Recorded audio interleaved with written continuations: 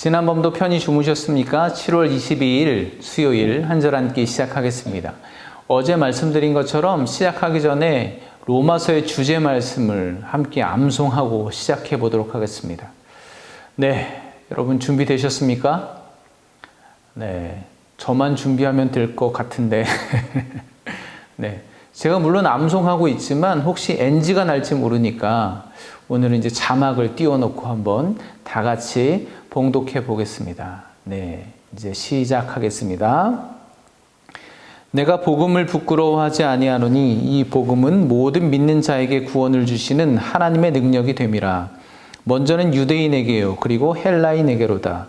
복음에는 하나님의 의가 나타나서 믿음으로 믿음에 이르게 하나니 기록된 바 오직 의인은 믿음으로 말미암아 살리라 함과 같으니라. 로마서 1장 16절 17절 말씀. 아멘. 원래는 이렇게 매일 말씀을 암송해야 아침밥을 드실 수 있습니다 라고 해야 하는데 제가 좀 마음이 약해서요. 그리고 저는 원래 아침밥 안 먹는데요 하시는 분들이 꼭 계시기 때문에 별로 아쉬워하시지도 않을 것 같고 별로 소용도 없을 것 같아서 그냥 이런 식으로 하도록 하겠습니다. 네, 오늘 본문은요, 어제와 연결되는 말씀입니다. 네, 어제 바울이 그렇게 선언하고 있죠. 모든 사람은 하나님의 진노 가운데 있다. 모두가 죄인이다. 거기에는 유대인도 이방인도 마찬가지다. 특별히 이방인들의 상황에 대해서 말씀하고 있는데요. 창조주 하나님께서는 모든 피조 만물을 통하여 그들에게 하나님을 알 수 있도록 하셨는데 그들이 하나님을 알면도 불구하고 하나님을 하나님으로 인정하지 않고 하나님의 자리에 우상과 자기 자신을 갖다 놓고 결국 하나님께서는 그들을 그대로 내버려 두신다라고 말씀하였습니다. 오늘 계속해서 그 말씀에 이어지는 내용인데요. 1장 28절 말씀을 중심으로 함께 나눠보도록 하겠습니다. 말씀을 봉독해 드리겠습니다. 또한 그들이 마음에 하나님 두기를 싫어하며 하나님께서 그들을 그 상실한 마음대로 내버려 두사 합당하지 못한 일을 하게 하셨으니 아멘. 여러분, 우리는 가끔 우리 주변 상황을 바라보면서 하나님께 그런 질문을 할 때가 있습니다. 하나님, 왜 이런 악한 세상을, 이런 죄악들을, 이런 악한 자들을 그냥 두고만 보시는 건가요? 왜 하나님께서 심판하시지 않나요? 라는 질문을 할 때가 있습니다. 그런데 바울은 로마서를 통해서 말하고 있습니다. 하나님께서 그냥 내버려 두셨다. 어제도 그랬고 오늘도 이 하나님께서 내버려 두셨다는 표현을 2번이나 쓰고 있습니다. 바울이 말하는 요지가 무엇일까요? 이 내버려 두시는 하나님, 그 의도가 무엇일까요? 사실은 그렇게 내버려 두시는 것 자체가 하나님의 큰 심판이다라는 것을 바울은 말하고 싶은 겁니다. 하나님께서는 악인들을 그 죄악 가운데 그대로 내버려 두셔서 고통 가운데 그들이 결국 자멸하도록 내버려 두신다라는 것입니다. 도대체 이방인들의 상황이 어떻길래 그렇게 하시는 걸까? 먼저 어제 말씀에서 하나님을 하나님으로 인정하지 않고 자꾸 우상과 자기 자신이 하나님 되려고 하는 우상 숭배에 대해서 언급했다면 오늘은 성적 타락에 대해서 말씀하고 있습니다. 26절과 27절을 보시면 아시겠지만 특별히 동성애에 대해서 말씀하고 있습니다. 성경을 읽다 보면 우상 숭배와 성적인 타락, 음란, 간음, 또 동성애 이런 것들이 늘 같이 붙어서 다니는 것을 볼 수가 있습니다.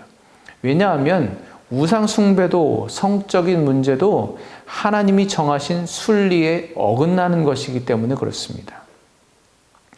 오늘 말씀에서도 동성애에 관해서 순리대로 쓸 것을 영리로 쓴다라고 말씀하고 있습니다.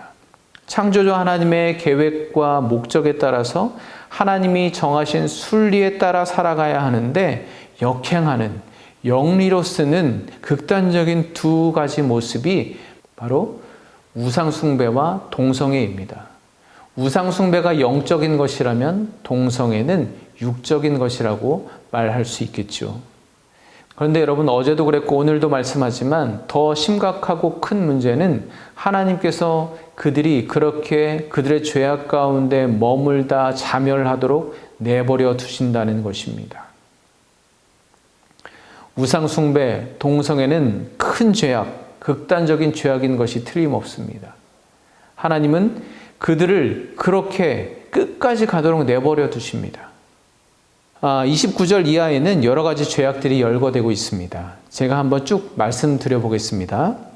불의, 추악, 탐욕, 악의, 시기, 살인, 분쟁, 사기, 악독, 수군수군, 비방, 능욕, 교만, 자랑 등등. 네. 여러분, 이런 것들인데요. 살인 같은 거, 그런 거 한두 가지 정도만 빼면 교회 밖에서뿐만 아니라 교회 안에서도 심심치 않게 볼 수 있는 것들입니다. 아, 이런 게 죄였어? 싶을 정도로 별로 교회 안에서도 심각하게 받아들이지 않는 것들을 오늘 사도 바울은 죄악 중에 열거하고 있습니다. 여기 열거된 것들을 가만히 보면 전부 어떻게든 수단과 방법을 가리지 않고 내 생각대로 밀어붙이려는 모습들입니다.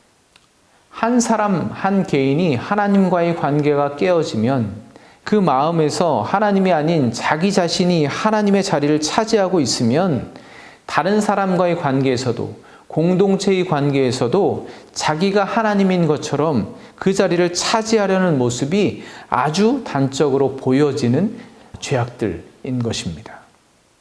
여러분, 죄의 문제는 그저 겉으로 드러나는 것으로 판단할 수 있는 것이 아닙니다. 하나님이 당장 심판하시지 않는다고 죄가 아니라고 할 수 없는 것이죠. 하나님이 그저 수수방관 내버려 두신다고 괜찮은 것이 아닙니다. 오히려 그것이 가장 큰 하나님의 진노의 상황입니다. 32절 말씀처럼 이미 사형 판결을 받은 상황인 것입니다. 이미 사형 판결을 받은 죄수가 있는데 그 죄수가 어느 날 무죄 판결을 받고 석방되었습니다. 그 죄수가 바로 저와 여러분 아니겠습니까? 나 대신 예수님께서 사형 판결을 받고 죽으셨기 때문에 우리는 무죄 판결을 받은 것입니다. 오늘, 내일, 언젠가 형장의 이슬로 사라져 버려야 할 사형수였지만 하나님께서는 우리를 일방적으로 불쌍히 여기셔서 그대로 죽게 내버려 두지 아니하시고 오히려 당신의 독생자 예수 그리스도에게 사형 판결을 내리신 것입니다. 그래서 우리는 날마다 하나님, 지금 내가 살아있는 건 내가 사는 것이 아닙니다. 예수 그리스도께서 사는 것입니다. 바울의 고백처럼 우리 또한 그렇게 날마다 고백하고 하나님을 찬양해야 하는 것입니다. 함께 기도하겠습니다. 하나님, 오늘 말씀을 통하여 하나님이 정하신 순리가 아닌 사람의 마음의 정욕에 이끌려 영리로 살아가는 죄악의 실체를 보게 하시니 감사합니다.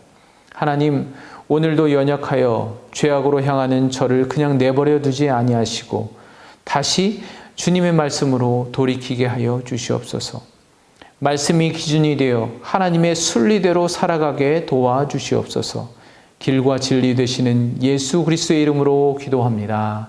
아멘. 네, 오늘도 우리 하나님께서는 여러분을 그냥 내버려 두지 아니하시고 하나님의 복된 길로 인도해 주실 줄 믿습니다. 내일 아침에 뵙도록 하겠습니다.